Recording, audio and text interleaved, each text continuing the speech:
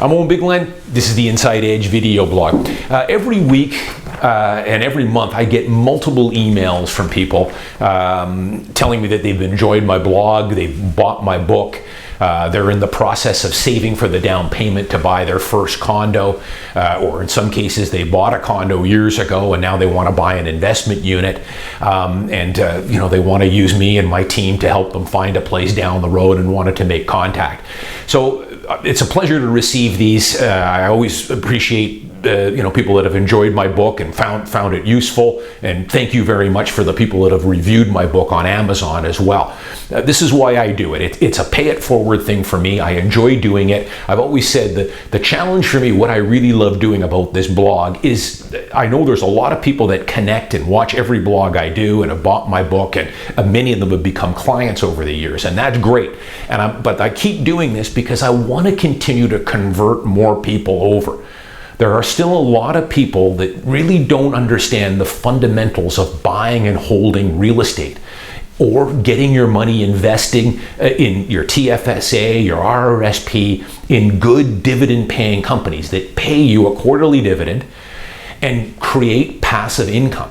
That's what my book was all about. That's what my life has really been about for the last 30 years. There's not enough working hours in the day.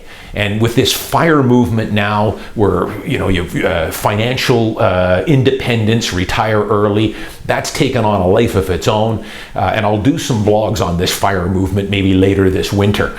But everybody wants to get their money working for them, and the two best ways is through good dividend-paying equities and real estate. And the first step with real estate should always be to buy your principal residence. Now, this guy was a smart guy. Had several of these emails. He told me that he's a positive guy. He gets it. He sees where Vancouver has been going the last 15 years. He tells me he's been living here for 20 years. He sees the tech businesses starting to move into the downtown core, high-paying tech jobs, Amazon's office, Microsoft, SAP, and many more companies coming on down the line here in the tech industry. He's been kind of agreeing what I've been saying. If you think $2,100 a month for a basic one bedroom is high now, wait till you see it in 10 years. And it's true. As the city grows, lack of a buildable land, everything in the downtown core from this point on is going to be expensive. $1,500 a square foot and up. But he also had a couple of interesting points. He talked about what they call the Dinks. He sees them. This is dual income, no kids. And he was asking me about that. Do I see that a lot?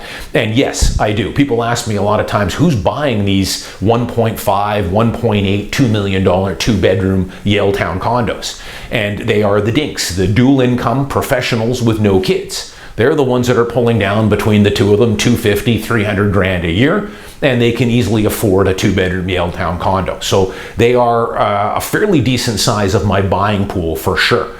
But he also wanted to know, he said, Owen, I know that Detached is kind of on sale, the prices are off. Why would anyone buy a condo, or why wouldn't people like these Dinks living in a $1.8 million Yaletown condo move into a detached home where they will do probably far better on appreciation? Now, I've blogged about this a few times, so I'm going to give you a couple of stories from the front lines here. He's absolutely right. I've talked about how for the last 3 years anyways, the gap between detached and attached has always been fairly wide. But starting about 3 years ago, that gap has narrowed. And as we know, the detached market has been in a slow descent here for the last 2.5 years, while the condo market has continued to go up. So that gap has narrowed. Go back and look at the blogs I was posting earlier this year on how detached homes are on sale, and they still are. But he said, for the life of me, why wouldn't you sell your Yaletown condo and buy one of these homes in East Vancouver? Well, listen, everybody is different, and it all depends on your lifestyle and where you are in your life cycle. Because here's the thing. I blogged about it earlier this year. I had a number of good quality, older detached starter homes in East Vancouver. So let's call it around Knight and 41st. I had a couple of homes that I sold earlier this year. Now, this guy's absolutely right. Buying a detached home, especially now that they've rezoned a lot of this for duplexes, triplexes, there's talk now about maybe row home development. You've always got the land assemblies right around the corner. Good things can happen to you when you own a detached home. I've talked about this many times. And of course, for appreciation, it's the dirt. That 33 by 120 or 122 lot, that's where the money is at over time. Right now, the detached market is in a slump.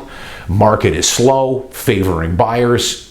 How long or how much further that goes is anybody's guess, but eventually I can guarantee to you that that will reverse. Might be 2 years from now, 3 years from now, 5 years from now, I don't know. But eventually that detached market will kick into gear again and the prices will start going up. But here's the thing, and I talked about it earlier this year.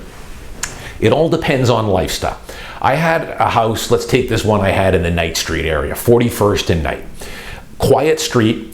It was a bungalow with a full basement, about 2,200 square feet. This house was 76 years old on a 33 by 122, so nice lot.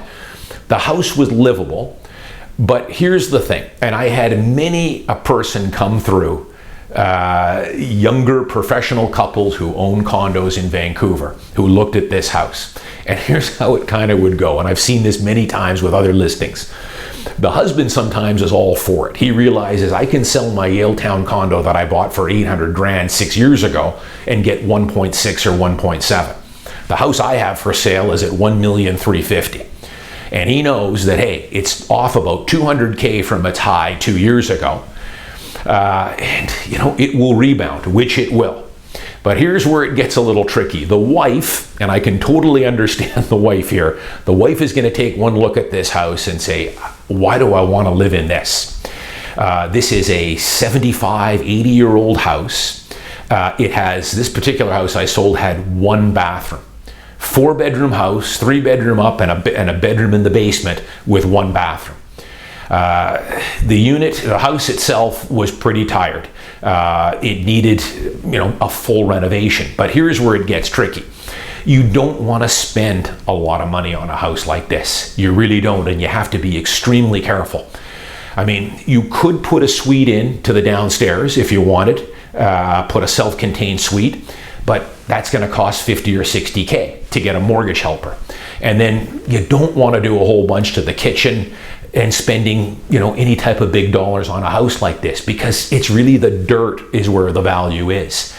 And that's where the problem happens. The wife is going from a luxury condo with sub-zero fridge and beautiful wide plank flooring. She's got a gym in the building. She's walking distance to everything. Starbucks, restaurants, entertainment. Now she's going to a 75-year-old house that smells musty. It's got one bathroom. The appliances are 40 years old. The carpeting is worn to the bone. The roof probably is going to need some patchwork done on it over the coming years. And as far as what's nearby, a gas station and a donut shop is what's within walking distance. After that, you're going to have to get in your car or hop on a bus to get to anything. It's not a lifestyle location. So there's the rub. So in answer to this guy who wouldn't buy, and why wouldn't you go and buy the detached house, that's the rub there. The husband can do it. He can rough it. The wife, and I can totally understand the wife in this situation, or especially if they've got one or two young kids. You're going to be roughing it. You really are. It is a huge, huge lifestyle drop. On paper, as far as a pure investment goes, it's probably the right thing to do going forward. You're getting the house 200K off its high. It will recover, especially with all the interesting things that can happen with a detached home. But the problem is you don't want to put a ton of money into a house like this. The real plan should probably be to rough it, put some paint in, put a new dishwasher and stove in, put some new carpeting in, maybe 20K tops. Don't put any more than that in it, and rough it for the next 5 or 6 years. Save your money, wait for the market to recover, either sell to a builder who will tear it down and build a new home, or if you can afford it, can get another 500 or 600K loan, tear it down and build your dream house, or sell it later on, or do whatever you want. So that's where it gets sticky. And I've seen this so many times when I list these old bungalows. I see them walking up. I kind of laugh to myself. The husband's all for it. Hey, we can do this. And he's right. On paper, as far as an investment, he's probably going to do pretty well. But the wife usually puts the kibosh on it. But detached is still on sale. But it all depends on where you are in your life cycle. If you're a young couple and you can afford it and you're in your late 20s, no kids yet, or early 30s, hey, if you can rough it for 5 or 6 years, buy one of these detached bungalows. Now they're running about 1.350 on a good lot on a good street. If you want to step up to about 1.6 or 1.7, now you can get a Vancouver special, and in some cases 12, 15 years old, that would have a 2-bedroom and a 1-bedroom down and a 3-bedroom, 2-bath up. You could live upstairs, rent the 2 mortgage helpers down, but you're going to need to step into about 1.650. I had a couple of sales this year that were in the mid 1.6s. 1.7, 1.750 can get you a nice Vancouver special. The thing is, though, again, even with those mortgage helpers and as far as an investment, it's a good package and you're on your way. But you are now going to be living in a 15, 18-year-old 2-bedroom, 3-bath in the Knight Street area, or Hastings or Renfrew. And for some people that are used to that downtown Vancouver, Yaletown, West End, Cole Harbour lifestyle, it's a little bit of a something to get used to. You got to hop in your car to get to anything. It's a totally different lifestyle, and oftentimes it depends on where you're at in life, and if someone is willing to kind of rough it for 5 to 10 years in a detached house like that. I'm Owen Bigland. If you haven't joined my YouTube channel yet, please do. I'll see you next week.